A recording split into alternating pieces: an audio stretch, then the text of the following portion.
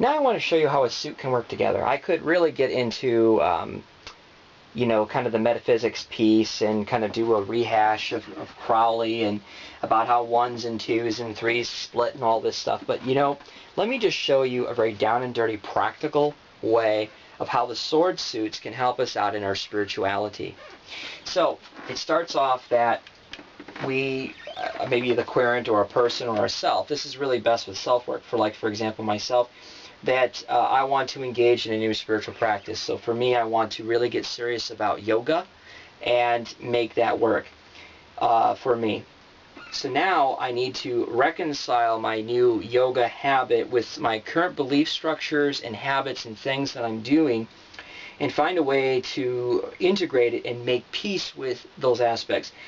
And going over and starting to practice these things, I finally come to the card Sorrow, which is about painful insights. Insight is never easy, friendly, fun, or happy, joy, joy. It means confronting those dark parts of ourselves we've been avoiding. And so now I realize there are aspects of myself that this new discipline of yoga, taking it very seriously, confronts in me and makes me question about myself, things I've been doing, and things painfully that I must let go of that maybe I'm very attached to. I like to think of the Three of Swords, Sorrow, in this is the attack against attachment, aversion, and delusion. However, we move over into the Four, and in this card, Truce, this is where I call a temporary ceasefire. I realize that Rome wasn't built in a day, and neither will my yogic practice. There's also an element of appeasement and denial in this, if you hear, where I am afraid to apply the insights of hard-won insights that have come so far.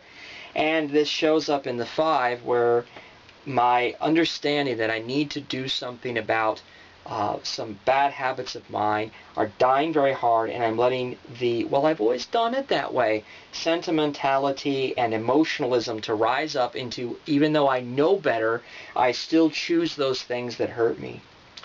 So then going into the Six, Science, I start to come up with novel approaches about how I can apply aspects of this insight into my life and moving forward and begin to overcome some of my sentimentality, maybe realize other ways to meet emotional needs that will allow me to make the hard choices that I'm avoiding with the Five.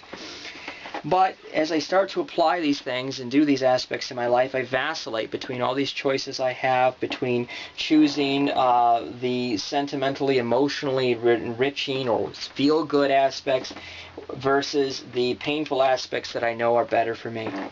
And I struggle with it here. And then, to top things off, even though I'm very set on my new yoga practice, I now have a full-time job, and so there's new constraints on my time and responsibility. I still have to meet my requirements in my household with those people and make the commitments that I swore to, and that outside push on my time and requirements makes it difficult for me. There can be a time of trying to reconcile these pieces, and it brings quite a bit of anxiety and worry in me about whether I can apply all this.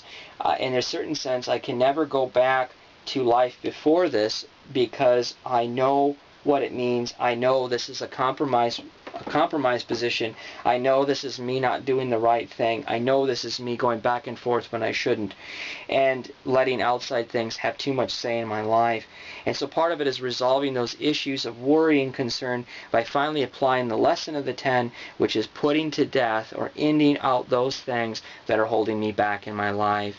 And by doing that, then I make growth and repeat the process. So this is a way in which you can use a suit in your own life to really have practical grab in your life to go ahead and do great things. I urge you all to take your decks, to take your suits, and consider ways in which they all can work as a cohesive whole versus a random aggregate of cards with maybe almost, it seems like, random meanings attached to them. Look at how they can work together as, say, a forest versus just a bunch of separate trees.